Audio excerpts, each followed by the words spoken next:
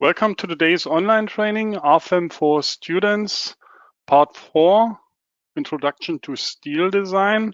My name is Andreas Hörold. I'm responsible for marketing and public relations in the company Dlubal Software, more for the technical marketing.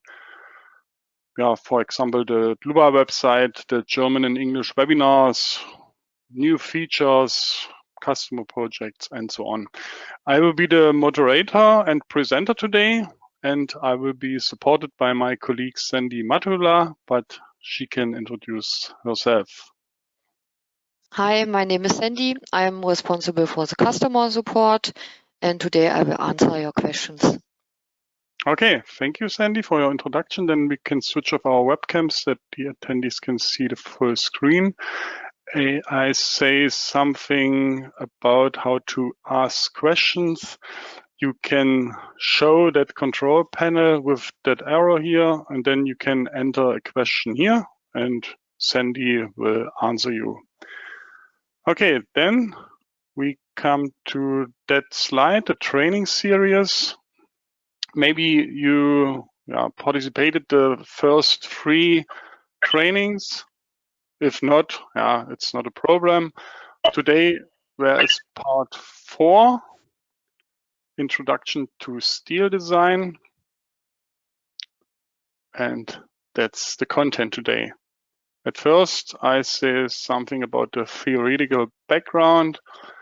Then we turn to an introductory example, a 2-span beam. Then the next part or next point is imperfections. Then stability proofs in the ultimate limit state. And then we turn to a second example, a flat hull frame. Okay, before we start, I would like to ask you something with a survey. Just a moment. So I started. Yeah, just click on the point that it's valid for you. The question is, how much experience do you have with design according to Eurocode 3 and steel design in Rfem? Just click on it.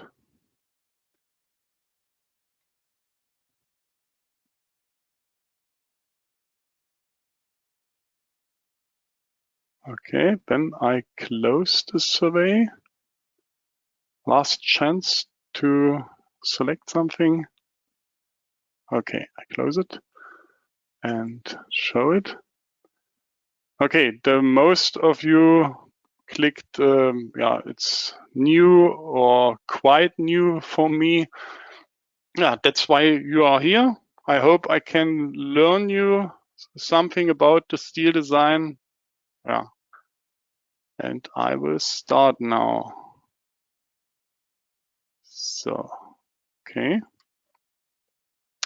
At first, I say something about the products for the design according to EC3.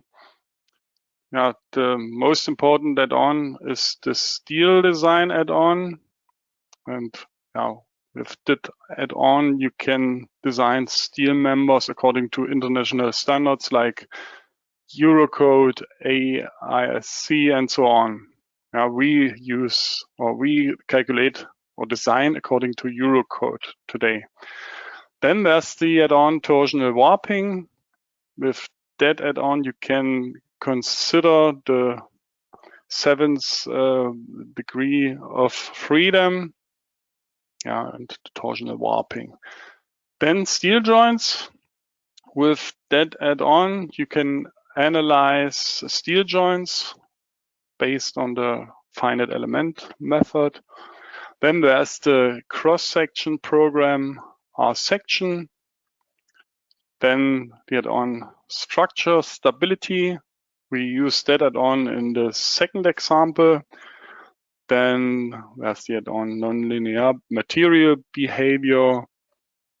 You can, for example, consider a plastic design of steel plates or so on and so on.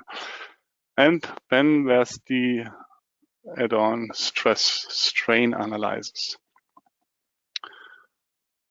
Okay, then a little insight into the whole safety concept in steel construction. The actions should always be smaller than the resistance. Those are the actions. This is the resistance. And in addition, we have certain coefficients that we have to take into account depending on what type of proof is used. You can see the different coefficients here. And those are the coefficients for the German national annex. And you can see there is for the stability analysis another coefficient, a safety coefficient.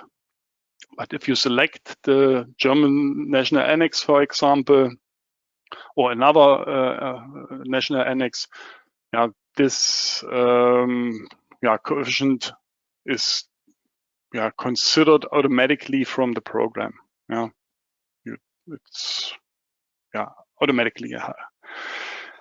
So, okay, then the next slide. Elastic or plastic global analysis. Whether an elastic or plastic calculation is possible always depends on the cross-section classes. There are 4 cross-section classes. The first cross-section class, there's a high rotational capacity, and this allows a plastic structure calculation. Now, for example, you can consider plastic hinges, but it's not so often used in the practice. And the cross-section resistance can be applied plastically. Cross-section class 2, where is a low rotation capacity, this allows an elastic structure calculation. And as with cross-section class 1, a cross-sectional resistance can also be applied plastically. The first and the second cross-section class, where you can consider a plastic cross-section resistance. Then cross-section class 3 and 4 allow an elastic structure analysis, and the cross-sectional resistance can only be applied elastically. For cross-section class 4, only a reduced cross-section resistance, the effective cross-section. Okay, what's important to you in the practice? Mostly you do an elastic global analysis. It's not very often that one consider, for example, plastic hinges. And what's important to you is that the first 2 cross-section classes can be calculated plastically or designed plastically with the cross-section resistance plastic, and the cross-section class 3 and 4, where can the cross-sectional resistance can only be applied elastically. Okay, then I start the next survey. The question is, for which cross-section classes may only an elastic cross-section resistance be applied? Just select what you think what is correct.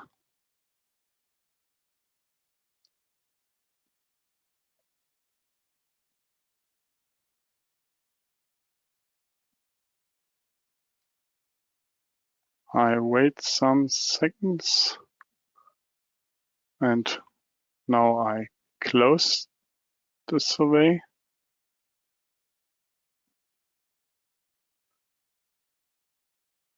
So, yeah, the most of you selected or choose the right answer. I showed the slide again. Yeah, cross-section classes 3 and 4. Yeah, can you consider the cross-section resistance elastic? Okay, then we turn to the next slide. That's the first example, the two-span beam. Now with a field length of 12 meters, 12 meters right, left and 12 meters right. A beam IPE 550, steel S235, a self-weight load case and a load case with an imposed load. And we will calculate or do a cross-section classification, cross-section design checks. The difference between the elastic and plastic cross-section resistance. We take a look at the design checks, elastic and elastic plastic. Okay, I turn to Rfem. That's the second example. It's already prepared. But for the first example, I model the complete model or the complete structure. File new. So I enter 0, 1, 2 span beam. Okay, then type of model 2D is sufficient. We consider only members, but you can also select surfaces, that doesn't matter. And we select the steel design add-on. Okay, then we need to select the standards. You can see there are, for the load case classification and the steel design, different international standards. We select the Eurocode, and for today, we are in Germany here, we select the German National Annex. Okay. We don't use the load wizards, but we use the load case classification and the steel design. We leave the dialog with OK. So I turn to the view -y. Move it a little bit. So the grid is 1 meter. I leave that. If you want to change that, you can click on this here at the bottom, display grid, right click and then edit. And you can change the space for the grid points. So I start with the beam, left above, new single member. I need to define a section, create new section. I turn to the library, left above, an I-beam. If I am too quick for you, that doesn't matter. There is a recording. When you want to enter the structure by yourself, you can use the recording and the finished models. In the next days, you will get an email with the recording and the models and so on, the PowerPoint slides.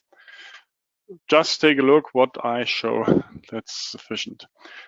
Okay, I select IPE 550 and right at the bottom I open the material library and I select European Union, steel, carbon steel. There are a lot of steel materials. I use the steel material S235. Okay, you can see now the color is blue. That's okay. So I create a member with a length of 24 meters, and I divide the member in the middle with right click, members, and divide member and intermediate nodes. One intermediate nodes, and that I create the node without dividing the member. I select this option here, create on member nodes without dividing member. Okay, there's the node. So then I create the supports. Here left above, assign nodal support.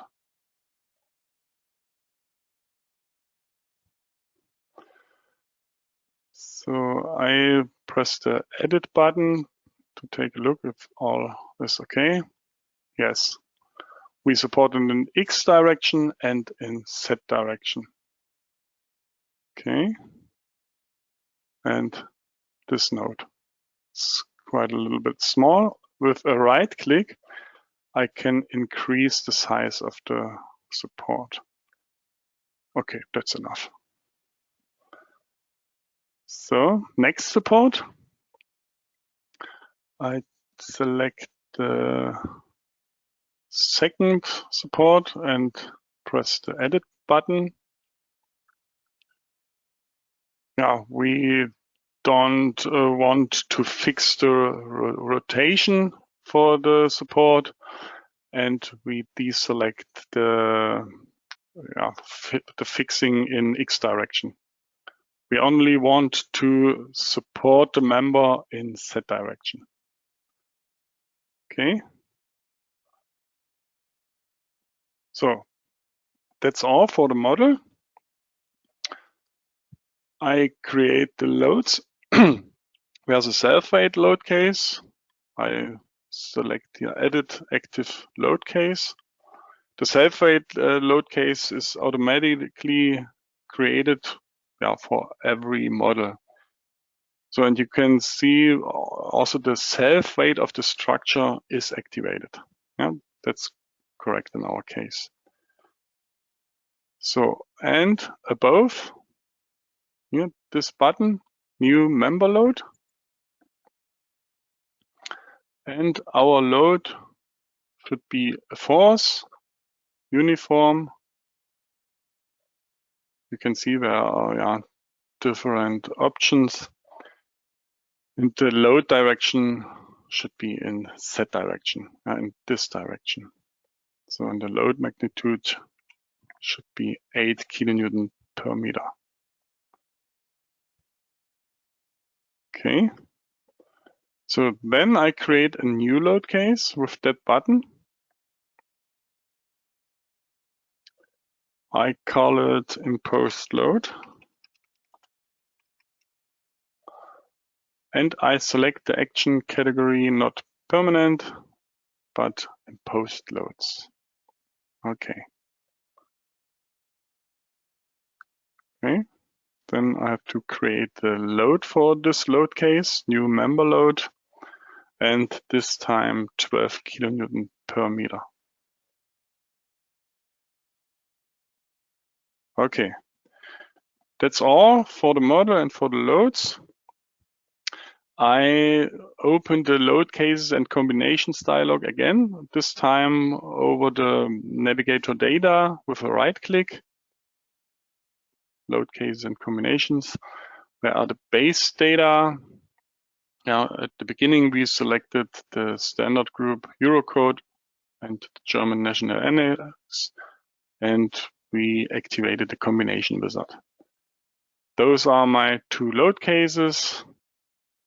We've got only two actions.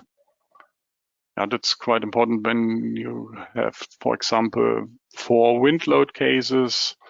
Then there's only one action for the wind load cases, and you can combine in the load combinations either wind in -x or wind in +x and so on. Okay. So then there are the design situations. We would like to design only according to ultimate limit state. That's why I delete the design situations for the serviceability limit state. And what's important, we need to activate the steel design. So, and there are only 2 load combinations. And if I turn back to the design situations and to the overview, where are assigned these 2 load combinations for the design situation ultimate limit state design. So then we can calculate also the steel design.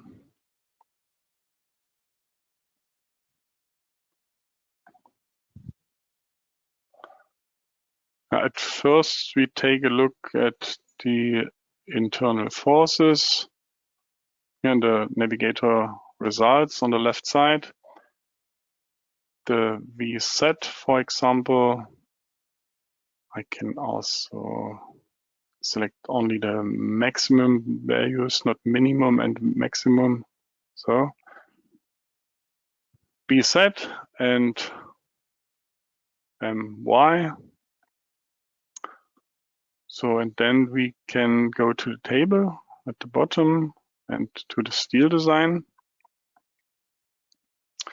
An error is displayed after the calculation. This is because we haven't made any steel design settings yet. We are only interested in the cross-section verification here. Therefore, we change to the table design ratios and members. So there's the section proof for shear and for bending. And you can see a plastic design were done for the program. So if I select the line and press this button, design check details, this dialog is opened.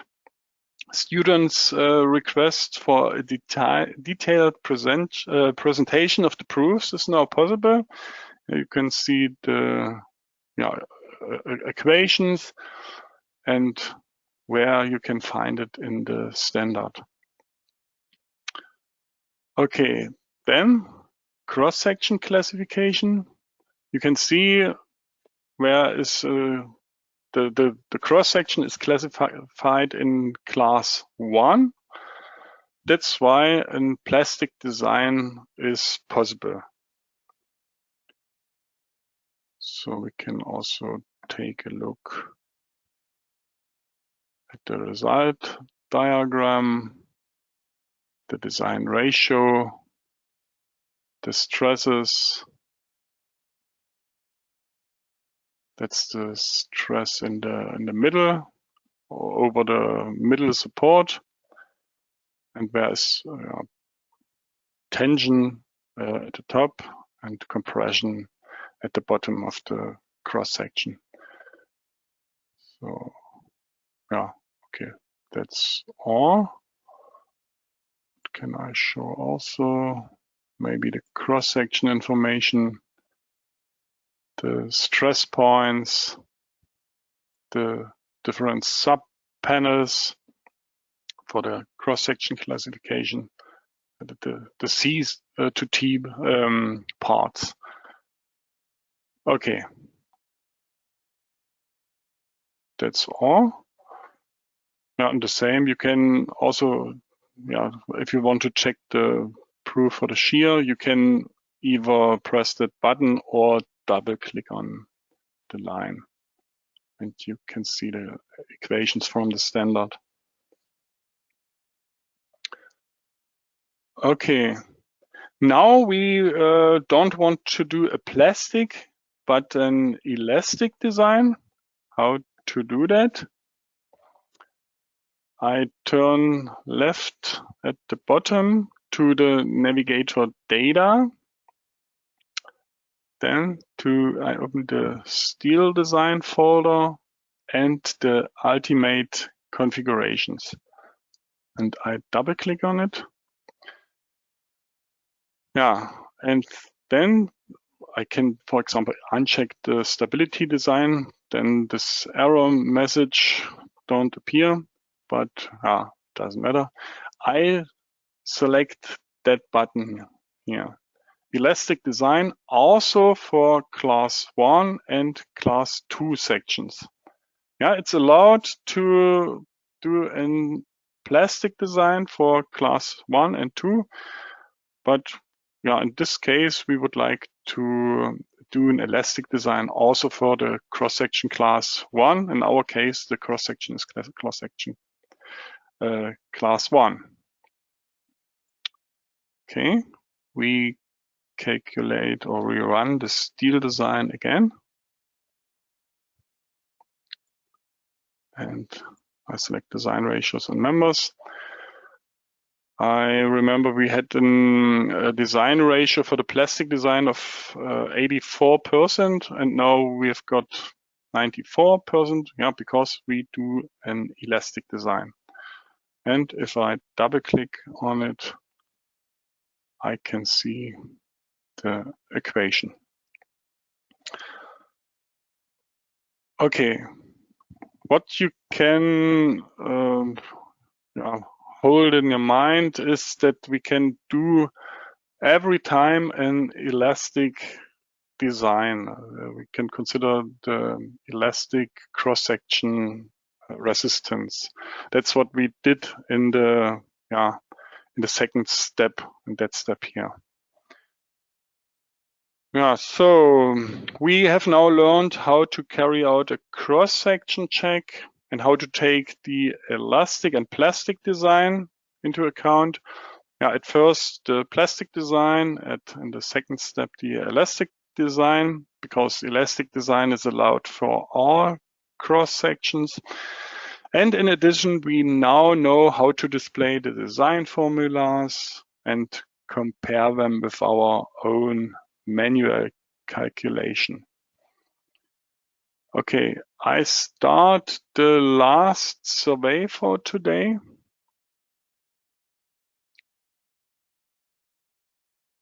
So the question is, the elastic method applies to all cross-section shapes and can therefore always be used.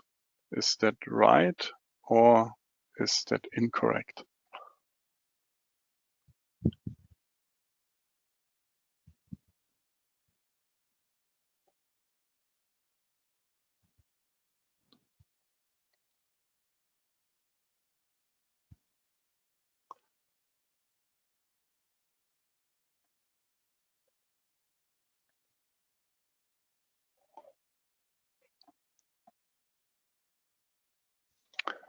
So I wait 3 seconds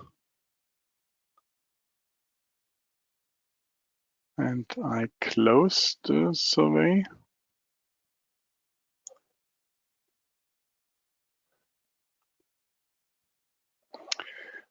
Yeah, the right answer is the first answer, right?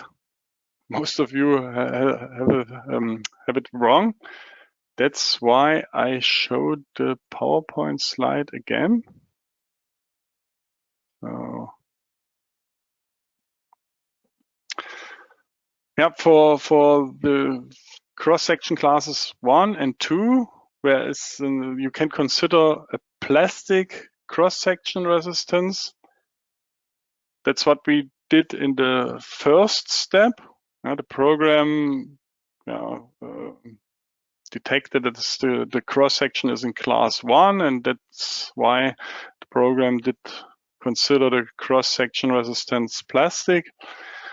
But we said we would like to consider an elastic cross-section resistance. And the elastic cross-section resistance is, well, you can apply it for all cross-section classes. That's what we did in the second step. Okay, then we turn to the next topic for today: effects of deformed geometry of the structure. In the first training course, Introduction to Member Design, it was learned how the results can differ between the calculation according to the first order theory and the geometrical linear analysis and the second order theory. The geometrical linear analysis is an equilibrium formation on the undeformed system, and the second order analysis is an equilibrium formation on the deformed system. In this example of the cantilever column, this effect can be seen very well on the basis of a slender. That's the slender and a compact cross-section. In the case of the slender column, the increase in the bending moment at the foot point is much larger than in the case of the compact column. If one calculates according to the second order theory. And there's no difference when you apply the geometrical linear analysis. So, and for steel construction, there's a value that defines when a structure should be calculated geometrical linear or according to the second order analysis. If the critical load factor alpha crit is less than 10, the system must be calculated according to the second order analysis. And in this case is written in that way: alpha crit larger than 10, then it's sufficient to apply the geometrical linear analysis for an elastic design. And if you want to do a plastic design, the alpha crit must be, if that is larger than 15, then you can also design according to the geometrical linear analysis. Okay. So then the next point is the equivalent geometric imperfections. Imperfections are also closely related to this topic. Here we have the imperfections in Eurocode 3, and these are generally grouped together as an equivalent geometric imperfections. Maybe first of all, what are imperfections anyway? Imperfections are production-related deviations in the model geometry and or in the material properties. On the one hand, there can be real misalignments in classic hall constructions or tolerances in production, especially when rolled sections are used. And these imperfections can be summarized as equivalent geometric imperfections. On the left side of the graphic, you can see the initial sway, the global imperfection that can be applied to the structure. And if individual components are to be examined more closely, where is the local equivalent imperfection, for example, over an initial bow imperfection.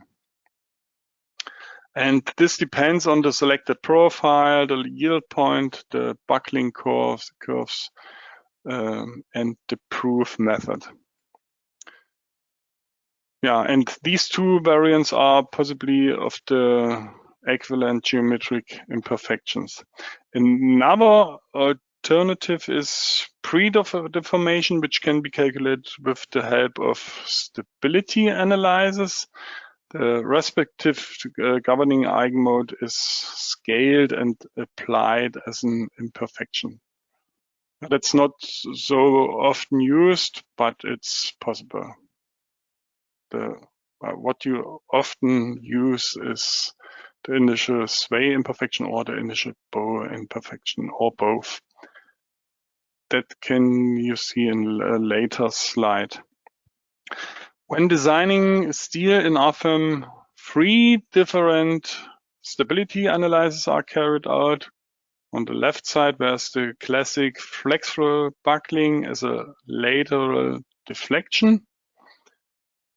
Then in the middle, you can see the torsional buckling in a pure tension. And on the right side, the lateral torsional buckling as a combination of the two previous proofs.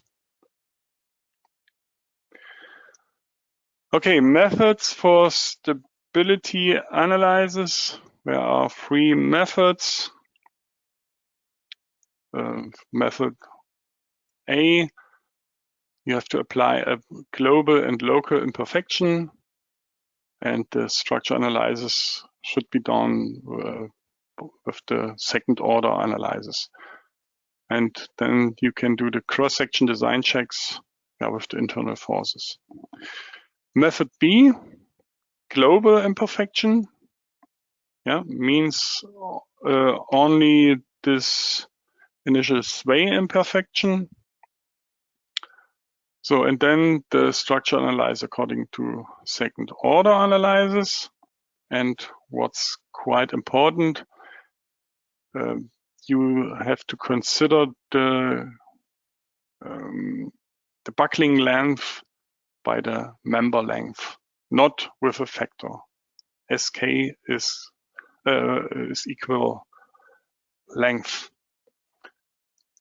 Okay, then method C, structure analysis according to geometrical linear analysis on the ideal structure, but in that case with the real buckling length.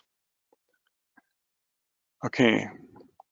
Yeah, and important to method C is the structural component design can be carried out for flexible buckling with the internal forces according to the geometrical linear analysis, which were determined on the ideal structure without the use of imperfections. But in that case, here for the frame, only for the columns. Because by considering the system buckling lengths, the moment agrees according to the second order analysis, and the effect of the equivalent imperfections are already taken into account. But that's also a sentence in the Eurocode. For the design of the lateral torsional buckling, the application of the second order analysis is also required with that method. Now, if you want to do a lateral torsional buckling design for the horizontal beam, then you need also for this method to calculate according to second order analysis. We show also this method because we know in the studium you have to define the real buckling lengths, and I would like to show that method that you can see how to determine the buckling lengths. And in the next example I will also show the method B. What's for the practical use, it's often used in the praxis. And also method A, and method C, seldom or more in the studium. Okay, that's the flat house frame, the second example. You could see it's all already defined in Rfem. Also material S235. You can see the different lengths, 12 meters, 15 meters, 12 meters. That's the frame. And then where are columns, and those are hinged columns on the left side and on the right side. And you can see a hinge, a hinge, a hinge, a hinge. Okay. So that's all for the introduction. Okay, snow load case, I can show that in the program as well. And the tasks for this example is to apply imperfections, and we will do a stability analysis according to method B and method C. I start with method C without imperfections, and then I turn to method B and where are the imperfections necessary. Now we can turn back to the slide. That's with the determination of the buckling lengths, and that's and without imperfections, and method B with imperfections.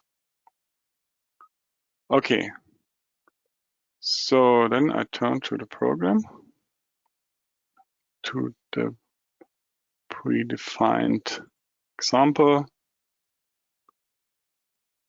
So that's the construction self-weight load case, then a snow load case with loads, for example, from purlins, and a wind load case. Wind in X direction with wind pressure and wind suction.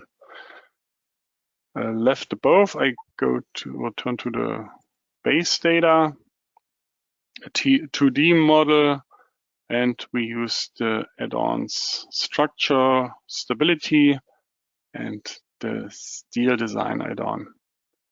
And we select the standards, Eurocode, and the German National Annex.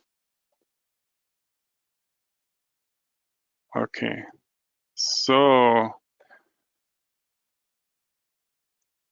yeah, and we use the add-on structure stability to check whether we are allowed to determine the internal forces according to the geometrical linear or second order analysis. That's why we turn to the load cases and combinations. And I go directly to the design situations. I select the geometrical linear analysis, and I edit that, and I activate the stability analysis. Okay, and I run the calculation.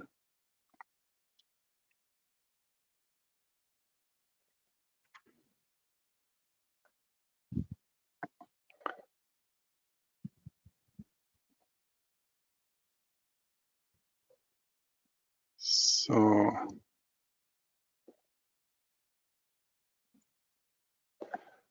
and after the calculation, we see the minimum critical load factor, 6.05 for the design situation, and 6 is smaller than 10. Yeah, we need to do a stability design by using the second order analysis. Yeah, but what I already mentioned, for the stability design using the classic equivalent bar method, means method C, the internal forces can be calculated according to geometrical linear analyzing, and yeah, buckling lengths must be assigned to the columns. Yeah, but for the design of the lateral torsional buckling, the application of the second order analysis is also required with this method. That's why I switched to the second order analysis. For the columns, we consider then the effect twice. One time with the second order analysis and with the real buckling length. But we need to do the second order or need to apply the second order analysis because of the horizontal beam and the lateral torsional buckling. So, but let's take a look at first to the buckling length. I turn to the stability analysis. So, and then results by member. It was a combination number 3. So, and then I can see the effective lengths and critical loads by member.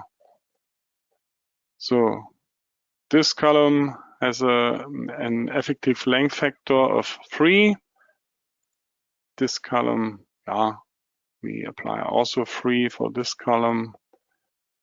And for the left and the right column, 1.72. Okay. So I turn back to the design situation and we run or we use the second order analysis. Okay, that's okay. So, and now we apply we define the effective lengths, or we assign them to the columns. I select the inner columns, then I do a right click, members, edit, and I turn to the design configurations and design types, and I define effective lengths. So I would like to mention that you can also import the buckling length from the stability analysis. Now we don't do that in that example. So then nodal supports and effective lengths. I define the effective length of 3 meter, of the effective length factor of 3. Okay. Okay. Then I select the left and the right column. I press the control key. You can see the plus sign. I would like to consider or select both columns. Then right click, members, edit. The same procedure, design types, effective lengths, and 1.72. Okay. And you can display the effective lengths. Then we go to the navigate to display. Then types for steel design, and I select member effective lengths. And you can see the factor 3 and 1.72. So then I select the inner horizontal beam by right click, members, edit, then design types, effective lengths. I create a new effective length. So this time we would like to consider the horizontal supports, for example, by purlins. That's why I press this button here, select member or member set. I select this member, and the program will detect all these nodes here. Okay, you can see that here, and we would like to fix it in horizontal direction. And I would like to consider that the upper flange is supported. The purlins lay over the horizontal beam, or the okay. That's why I select all these lines here, and I define eccentricity type at upper flange. Okay, I can leave the dialog, and you can see the supports. Gable support at the beginning and at the end, and for the inner nodes there are only a horizontal support at the upper flange by the purlins. So okay, we need to do the same for the left horizontal beam and the right one. I select both with the Control key. Then members, edit. And I select the same effective length as for the middle horizontal beam, and you can see the program detects automatically that there are only 3 nodes. You can see 3 nodes are supported and 4 nodes. Okay, then we can run the calculation. I turn to Steel Design and press this button, Show Results, and the calculation starts.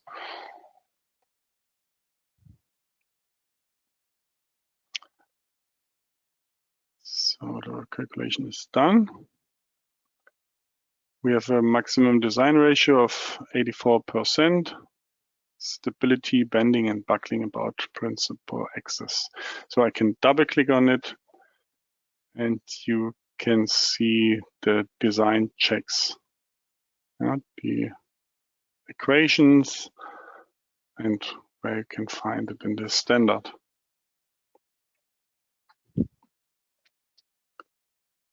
Okay, this was the classic structural component design, method C without imperfections, but effective member lengths. Now we want to examine the model using the approach of global imperfections and the structural component design method B. I turn back to the PowerPoint. We did method C with the effective member lengths and without imperfections. And now we define imperfections, and I delete the effective member lengths for the columns. We say, or we consider SK equal member length. Okay, I turn back to the program. Left at the bottom, I go to turn to the navigator data, then types for the steel design, effective length, or let me save that state, save as, out results. So without imperfections. Okay, I overwrite it. So, and now I delete the effective member lengths for, or the buckling lengths for the columns. Delete. Okay. And in the second step, I need to define imperfections. So above here, that button, new member imperfection. I have to create an imperfection case in the first step. imp x. We have got imperfections and imperfection cases. You can consider more imperfections in one case. That's why we have imperfection cases and imperfections. That's the case, okay? And now we create the imperfection for that imperfection case. We define an initial way. Define type is Eurocode 3. In the imperfection direction is set, in the strong axis. Then the basic value is 200. I can measure the structure height.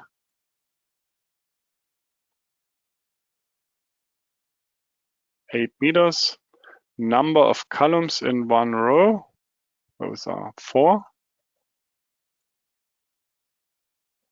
Yeah, and the reduction factors are calculated automatically.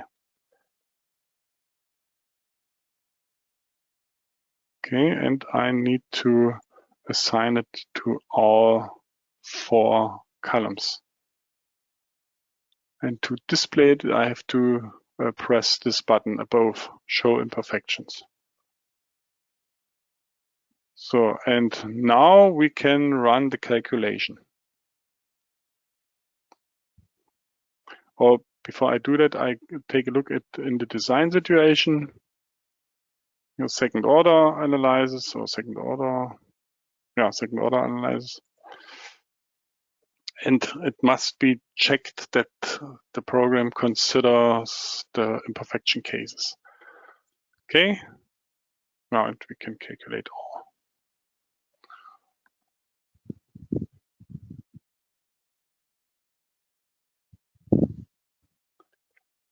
So we go directly to the steel design.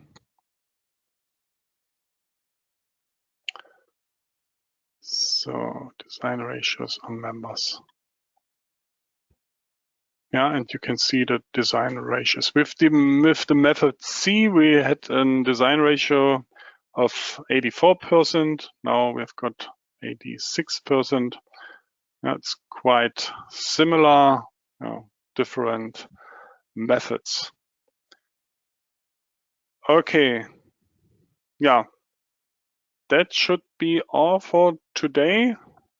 You learned in the second example how you can apply the method C in the first step, and then with imperfections with the method B in the second step. Yeah, and as I already mentioned, you will get an email in the next days with your attendee certificate. And then you can watch the recording if you want. You can download the models that I saved. Yeah, I hope you could learn a little bit in this online training. And yeah, maybe a last wish when you leave the webinar, where is a small survey. Take the time. It takes you only 1 minute, I think. You can score the webinar, for example. Note that the worst score is 1 and the best score is 5. Yeah, I wish you a nice rest of the day and much success for your studium. Yeah, and take care. Bye.